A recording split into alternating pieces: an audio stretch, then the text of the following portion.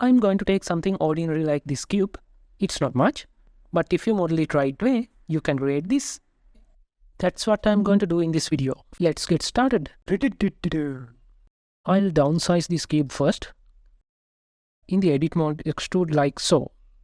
These extrusions will be helpful to add details to our office. 2 loop cuts are also necessary.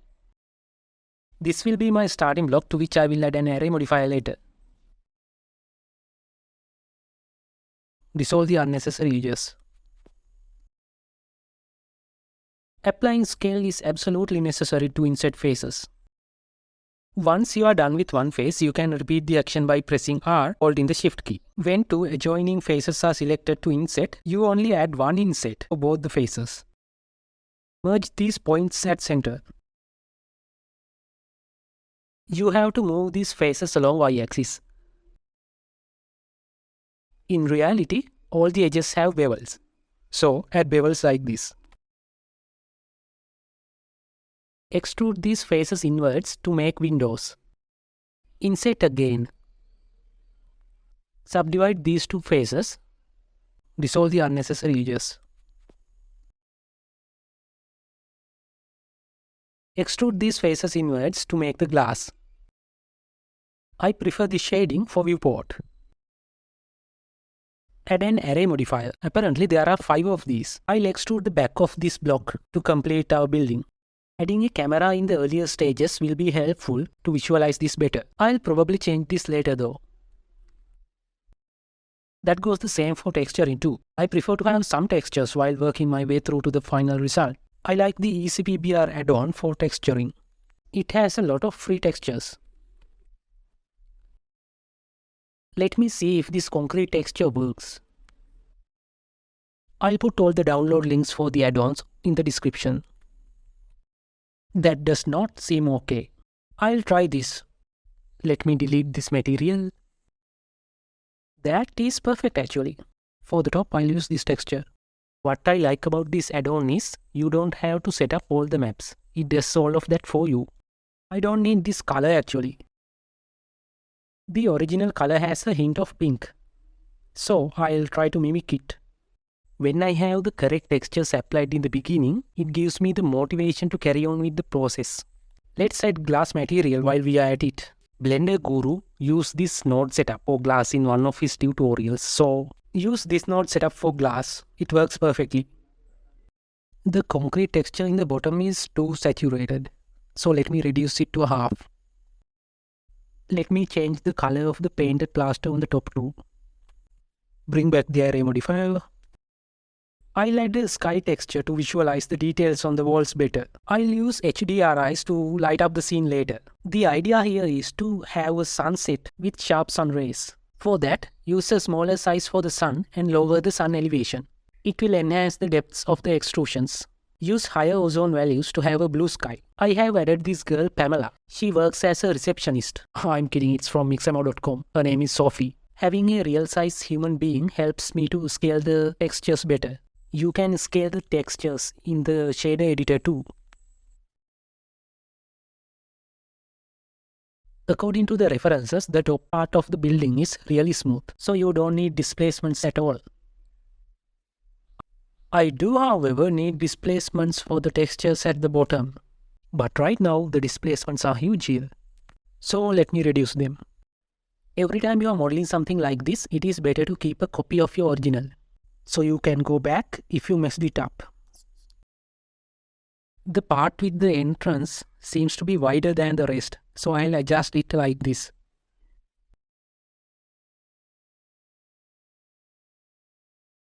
I'm going to use this cube to cut open the entrance to the building.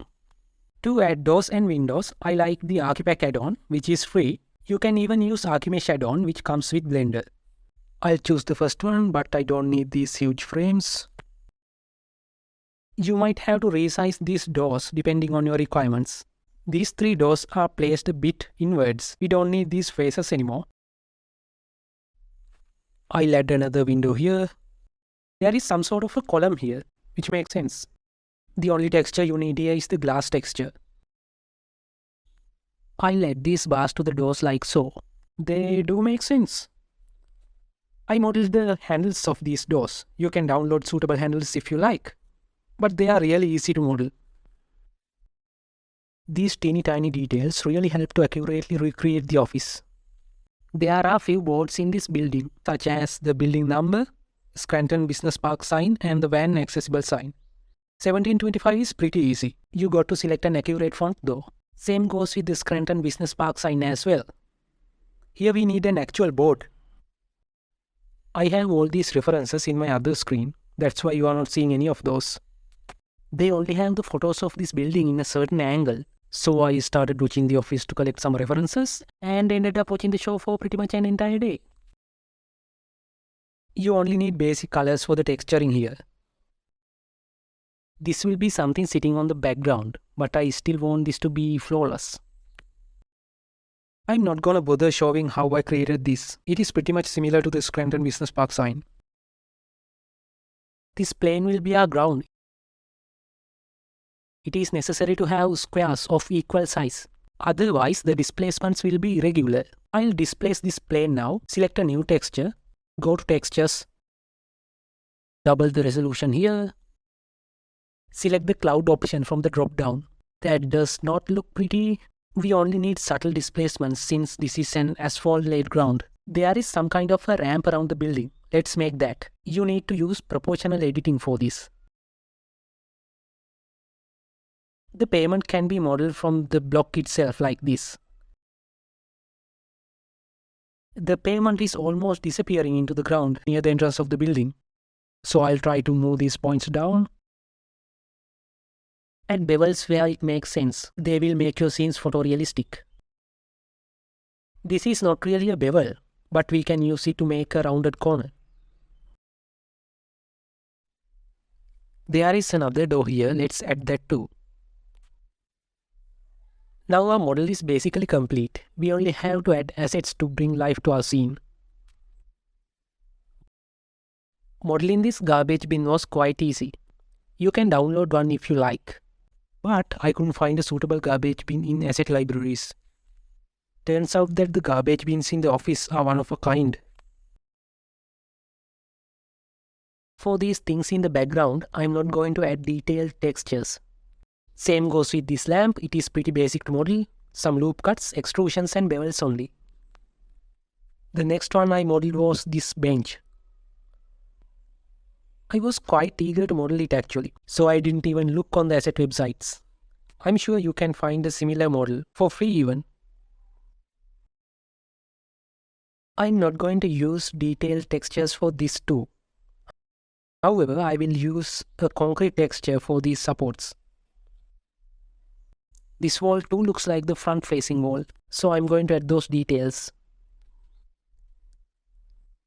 This was pretty easy to model. I don't know what this is actually. If you do, please let me know in the comments. This is for the hole in the top left corner of the building. I don't know what this is either, but I want this to be accurate as possible. That is why I'm modeling each and every detail I see. I think it is time to apply the array modifier since I'm happy with all the modeling and texturing of the building. There are a few concrete blocks on the ground like this. I'm gonna go ahead and add them like so. It won't be that much visible in the final result. It is better to have some details than no details at all, isn't it? I'll add the final door here.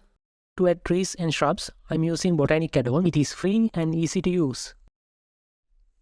You have only few options if you are using the free version. I have to add a line of these shrubs like this. These shrubs are not packed well enough. Therefore, I'll duplicate these and move them along the y-axis a bit. Although the leaves of this tree don't match with the references 100%, I'll use this tree for the time being. I do, however, have to delete some of these branches since it is very close to our building. It is quite satisfying actually. Only 2 trees are visible in the final result, therefore that is it for the trees. Let's rearrange this bench and the tree. The next asset I'm going to add is electricity poles. You will only see the reflection of this in the final render. I did not model these chairs and the table. They were downloaded from the 3D warehouse. I'll add some curtains as well. This ground too needs some details. If you don't add these details, you would notice that there is something wrong with the ground. What I'll do here is adding textures of car parking signs using mix nodes. To resize the textures, you would need the Node Wrangler add-on. You only have to enable it. Change repeat to clip and move it here using the coordinates. Use this factor value to adjust the opacity of the second texture. I have added some extra details on the edges of the building and the pavement, which is very common in reality to have a darkness in the edges like that. This is my final node setup. It is not that hard if you do it step by step. I could not find a good HDRI with both color and light matching the references. Therefore, I used 2 HDRIs instead of 1. However, when you are lighting the scene using 2 HDRIs, you definitely need this light path node. Otherwise, the camera will see color and light from both HDRIs, making your environment look terrible. And make sure you use the same sun position in both HDRIs. If you download both HDRIs from the same website, the sun positions will be the same unless you change the Z rotation.